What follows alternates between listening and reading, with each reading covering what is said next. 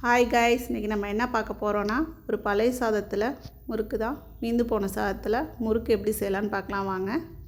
அதுக்கு நான் பழைய சாதத்தை எடுத்திருக்கேன். அது தண்ணியை ஃபுல்லாக நல்லா வடிச்சிருங்க. வடித்து இந்த மாதிரி ட்ரை ஆக்கி எடுத்துக்கோங்க.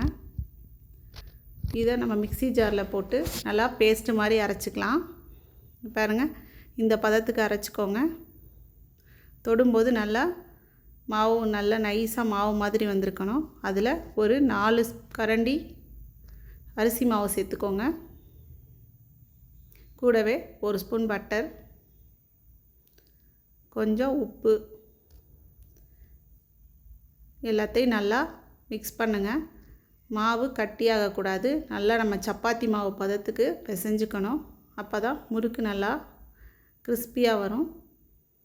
பாருங்கள், நான் நல்லா பிசைஞ்சிட்டேன். கூடவே எள்ளு சேர்த்துக்கலாம். கருப்பு எள்ளு யூஸ் பண்ணிக்கலாம், ஜீரகம் போட்டுக்கலாம், இல்லை வெள்ளை எள்ளு யூஸ் பண்ணிக்கலாம். அது நம்ம விருப்பம்தான்.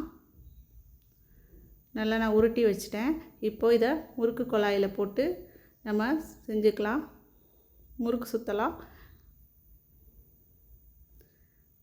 பழைய சாதத்தில் நம்ம வத்தல் போடலாம், முறுக்கு செய்யலாம். அது வேஸ்ட்டாக போகாமல் இருக்கிறதுக்கு நம்ம இந்த மாதிரி பண்ணால் நல்லாயிருக்கும்.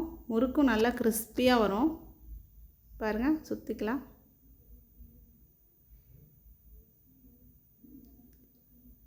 முறுக்கே இவ்வளோ அழகாக வருது பாருங்கள் சுற்றுறதுக்கு.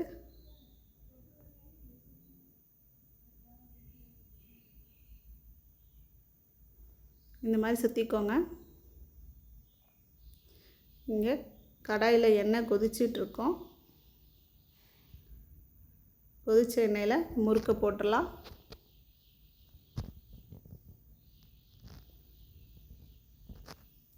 முறுக்கு இங்கே வந்துருக்கையில் இன்னொரு முறுக்கு நம்ம புழிஞ்சிக்கலாம். நல்லா பாருங்கள், மாவே நல்லா வெள்ளை வெள்ளையன்னு இருக்குது பாருங்கள். நம்ம நார்மலாக அரிசி மாவு முறுக்கு மாவு அரைச்சி செய்கிற மாதிரியே தான் இந்த பழைய சாதத்தில் செய்கிற முறுக்கும் நல்லா டேஸ்ட்டாகவே வரும். திருப்பி போட்டுக்கோங்க.